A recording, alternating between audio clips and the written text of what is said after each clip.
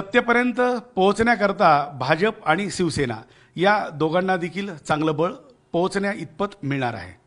तुमचं म्हणणं आहे की पुन्हा सरकार रिपीट होईल? 100% तशी शक्यता ज्योतिषशास्त्र- ज्योतिषशास्त्रानुसार शक्यता तशी दिसत आहे. विधानसभा निवडणुकीची घोषणा झालेली आहे, मात्र तत्पूर्वीच गेल्या काही महिन्यांपासून इच्छुकांची ज्योतिषांकडे मोठी गर्दी पाहायला मिळते. आता त्याचंच उदाहरण सांगायचं झालं तर माझ्याकडे गुरुजींची ही दैनंदिनी आहे आणि यामध्ये मी तुम्हाला ती दाखवू शकत नाही यासाठी की यातले जी आपण तारखा जर बघितल्या तर अनेक तारखा ह्या फक्त वेगवेगळ्या नेत्यांच्या आहेत. मराठवाडा आणि मराठवाड्याच्या बाहेरच्या या सगळ्या तारखा आहेत आणि त्यांना कुठली पूजा करायची आहे आणि का करायची आहे हे सगळं देखील यामध्ये लिहिलं गेलं आहे.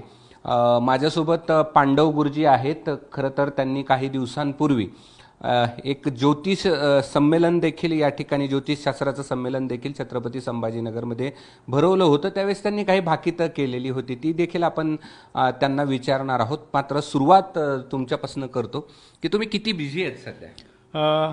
भरपूर व्यस्तता आहेच. आता जसं की नवरात्र झाले आणि नवरात्रापासूनच अनुष्ठानांची रेलचेल आहे. अनुष्ठान भरपूर वेगळ्या वेगळ्या प्रकारचे आपले हे चालू आहेत आणि सध्या तर आता निवडणुकीचा काळ असल्यामुळे थोडं जास्तच व्यस्त आहे. बरं, काय पूजा नेते करतात?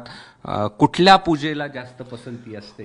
सर्वाधिक जे आहे ते सर्वात प्रथम नेते जे आहेत ते आपली कुंडली शुद्ध करतात आणि ही कुंडली शुद्ध केल्यानंतर जे सर्वांगीण अनुष्ठान असतात, जसं की बगलामुखी असेल, बटुक भैरव असतील, सुदर्शन याग असतील, विविध अनुष्ठान केले जातात जेणेकरून त्यांचं स्वतःचं बळ वाढलं पाहिजे, स्वतःची व्हील पॉवर वाढली पाहिजे आणि आकर्षण वाढेल असे वेगवेगळे अनुष्ठान हे ब्राह्मणाकरवी हे केले जातात. का केले जातात? हे अनुष्ठान आहे ते स्वतःचं बळ वाढण्यासाठी केले जातात. जसं की आपलं स्वतःचं बळ वाढण्यासाठी आपण वैयक्तिक अनुष्ठानं करतो, त्याचप्रमाणे प्रत्येक नेत्याला, प्रत्येक राजाला जे आहे ते वेगळे वेगळे अनुष्ठान पूर्वीपासून आपल्या शास्त्रामध्ये सांगितलेत. तर ह्या आता जे राजे आहेत, आताचे जे प्रधान आहेत, ते आताचे आमदार असतील, खासदार असतील किंवा इतर नेते मंडळी देखील ह्या राजआश्रयाची दिशेच मानले जातात. त्यामुळे राजाचे देखील पूर्वी काळापासूनच राजगुरू असतात, राजपुरोहित असतात. त्याप्रमाणे आता देखील हे पुरोहित आहेत ते जे काही पॉलिटिशियनची पूजा करतात, उमेदवारांची पूजा करतात, ते राजपुरोहित म्हणून त्या राजाचं हित जतन करण्याकरता, राजाचं बळ वाढण्याकरता विविध अनुष्ठान हे करतात. बरं, आता एक साधारण एक प्रश्न असा आहे की एक मतदारसंघ आहे, त्यात तुमच्याकडे कदाचित एकाच ठिकाणी 3-4 इच्छुक असतील, ते पूजा करत असतील, मग त्या कुणाला निश्चित त्यामध्ये हा प्रश्न खूप उत्तम आहे. कारण यामध्ये जे आहे त्या पक्षाचं बळ किती आहे ग्रहांचं, त्याचबरोबर त्या पक्षाचा जो प्रमुख नेता आहे त्या नेत्याचं किती बळ आहे आणि ह्या उमेदवाराच्या कुंडली किती प्रबळ आहे यावरून हा विजय ठरवला जातो. बरं, दुसरं आणखीन असं की आता 22 तारखेपासून अर्ज भरायला सुरुवात होणार आहे, तर त्यातले मुहूर्त हे लोक शोधतात की कुठला मुहूर्त चांगला? हो, नक्कीच. उमेदवारी दाखल करण्याकरता त्या दिवशी प्रामुख्याने चंद्रबळ, रविबळ असेल आणि इतर काही ग्रहांचं विशेष बळ पाहणं खूप अधिक गरजेचं ठरतं. कारण चंद्रबळ किंवा रविबळ असेल तर रवीचं बळ जे आहे ते राजसेवेसाठी वापरलं जातं, चंद्राचं बळ हे सर्व कार्यासाठी वापरलं जातं.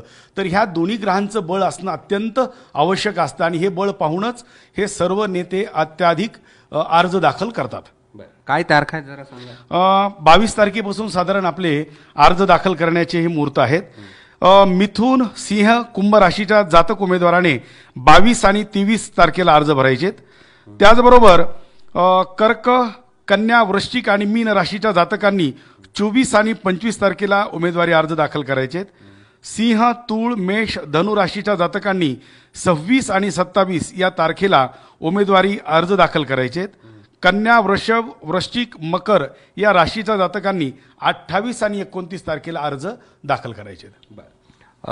तुम्ही मगाशी बोलताना सांगितलं होतं की तुम्ही ज्योतिषांचं एक महासंमेलन संभाजीनगरमध्ये भरवलेलं होतं, तिथं तुम्ही राजकीय लोकांच्या कुंडली या ठिकाणी मांडलेला होता आणि त्याचा अभ्यास देखील केलेला होता. आता कुणाची कुंडली प्रबल आहे महाराष्ट्रामध्ये? असं आता महाराष्ट्रामध्ये पाहिलं तर कालपर्यंतच्या ज्या काही युती आहेत, कालपर्यंतचे जे समीकरणं आहेत त्या सर्वांचा मी जो काही अभ्यास जो केलेला आहे आणि पूर्वी देखील मी काही भाकीतं सांगितलेले होते, त्यानुसार आता जे आहे ते सगळ्यांचं जे बळ पाहतोय आपण तर सगळेच अगदी कट टू कटच बळ सगळ्यांच्या ग्रहांचे आहेत. त्याचप्रमाणे बघितलं तर भाजप आणि शिंदे गटाचं जे शिवसेना आहे यांचं ग्रहबळ जे आहे ते अत्याधिक चांगलं बळ याच्यामध्ये आहे. त्याचबरोबर काँग्रेसचं देखील यावेळी ग्रहांचं बळ अत्याधिक चांगलं असणार आहे. उद्धव ठाकरेंचं भविष्य चांगलं आहे असं तुम्ही सांगितलं होतं. हो, निश्चितच भविष्य त्यांचं चांगलंच आहे, चांगलं दिसतंय आपल्याला. पण या वेळेची जी ग्रहांचं बळ आहे संमिश्र त्यांना प्रतिसाद असा मिळेल. बरं, आणि शरद पवारांना आता त्यांच्या कुंडलीचा जो आहे तो त्यांची वैयक्तिक कुंडली माझ्याकडे नसल्यामुळे त्यांचा कुंडलीचा अभ्यास नाही झाला. बरं, पक्षाची कुंडली पक्षाची जी कुंडली आहे त्या पक्षाची कुंडली पाहता त्यांना देखील चांगल्या प्रकारेच संख्याबळ त्यांना मिळणार आहे. बरं, यश कुणाला मिळेल सत्तेपर्यंत पोहोचणे? सत्तेपर्यंत पोहोचण्याकरता भाजप आणि शिवसेना या दोघांना देखील चांगलं बळ पोहोचण्या इतपत मिळणार आहे. बरं, तुमचं म्हणणं आहे की पुन्हा सरकार रिपीट होईल? 100% तशी शक्यता ज्योतिषशास्त्रानुसार शक्यता तशी दिसत आहे. बरं बरं, धन्यवाद. खरं तर निकाल लागल्यानंतर आपल्याला स्पष्ट होईल की यश कुणाला मिळेल. मात्र त्याआधी ज्योतिषशास्त्राचा अभ्यास काय सांगतो हे आपण जाणून घेण्याचा प्रयत्न केला. त्याचबरोबर नेते काय पूजा करतायत सध्या तिकीट मिळावं यासाठीची हे देखील आपण जाणून घेतलं. आणि अर्ज भरण्याचे शुभ मुहूर्त कुठले हे अनेक जण या ठिकाणी मुहूर्त पाहून अर्ज भरतात, मुहूर्त पाहून सर्व काही करतात. पूजा तिकीट मिळण्यासाठी पूजा करतात आणि लोकांचा विश्वास अनेकांचा असतो ज्योतिषशास्त्रावर. आणि त्यामुळे ज्योतिषशास्त्राची बाजू नेमकी काय आहे विधानसभा निवडणुकीच्या अनुषंगानं हे सांगण्याचा आपण पांडव गुरुजी यांच्यासोबतचा हा प्रयत्न केलेला आहे. कॅमेरामन धनंजय दारुंटेसह मी कृष्णा केंडे, एबीपी माझा, छत्रपती संभाजीनगर. एबीपी माझा, उघडा डोळे बघा नीट.